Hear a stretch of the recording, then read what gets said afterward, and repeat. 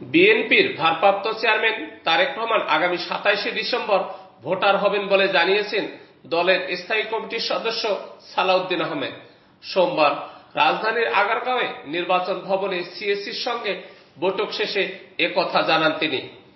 এর আগে বিকেল 3টার দিকে নির্বাচন ভবনে সিএসির কার্যালয়ে প্রধান নির্বাচন কমিশনার সিএসি এএমএম নাসির উদ্দিনের সঙ্গে বৈঠক করে সালাউদ্দিন আহমেদের নেতৃত্বাধীন বিএনপির একটি প্রতিনিধি দল।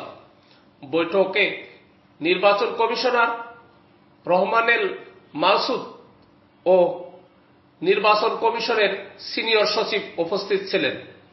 বিএনপির প্রতিনিধি দলের অন্য দুই সদস্য হলেন বিএনপি চেয়ারপারসনের উপদেষ্টা কাউন্সিল সদস্য ইসমাইল জবিউল্লাহ ও নির্বাচন কমিশনের সাবেক ভারপ্রাপ্ত সচিব ডক্টর মোহাম্মদ জাকারিয়া। দীর্ঘদিন পর আগামী 25শে ডিসেম্বর স্বদেশে ফিরবেন বিএনপির ভারপ্রাপ্ত চেয়ারম্যান তারেক রহমান। তিনি আসন্ন জাতীয় সংসদ নির্বাচনে অংশগ্রহণ করবেন বলে জানিয়েছেন।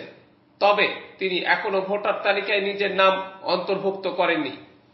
তফসিল ঘোষণার পর ভোটার তালিকায় নাম অন্তর্ভুক্ত করতে হলে নির্বাচন কমিশনের অনুমোদন নিতে হবে। আইন শৃঙ্খলা পরিস্থিতি নিয়ন্ত্রণের দায়িত্ব সরকারের। নির্বাচন চলাকালীন সময়ে নির্বাচন কমিশন যেভাবে চাইবেন সেভাবে কর্মকর্তাদের নিয়োগ বদলি এই সমস্ত হয়। আর কিছু কিছু বিধান আছে প্রশাসনিক কাজে, তাদের এখতিয়ার থাকে, কিন্তু প্রাইমারিলি সবকিছু সরকারের দায়িত্ব। এই ক্ষেত্রে আমরা নির্বাচনী পরিবেশ সুষ্ঠু থাকুক কামনা করি, আশা করি। সরকারকে আমরা আহ্বান জানিয়েছি এবং জনগণও চায় এবার উৎসবমুখর পরিবেশে স্বাধীনভাবে মুক্তভাবে ভোট দিবে। তো সুতরাং আশা করি আইন শৃঙ্খলা পরিস্থিতির ক্রম উন্নতি হবে। একটা প্রশ্ন, ভারপ্রাপ্ত চেয়ারম্যান 25 তারিখে আসছেন, তার ভোটার হওয়ার ব্যাপারে কোনো আলাপ আলোচনা আপনার আজকে করেছেন কিনা?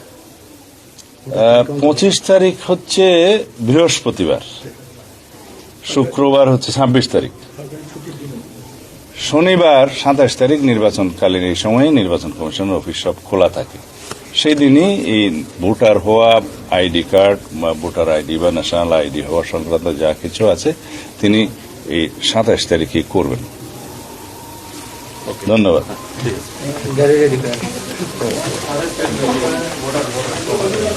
আগামী 27 তারিখ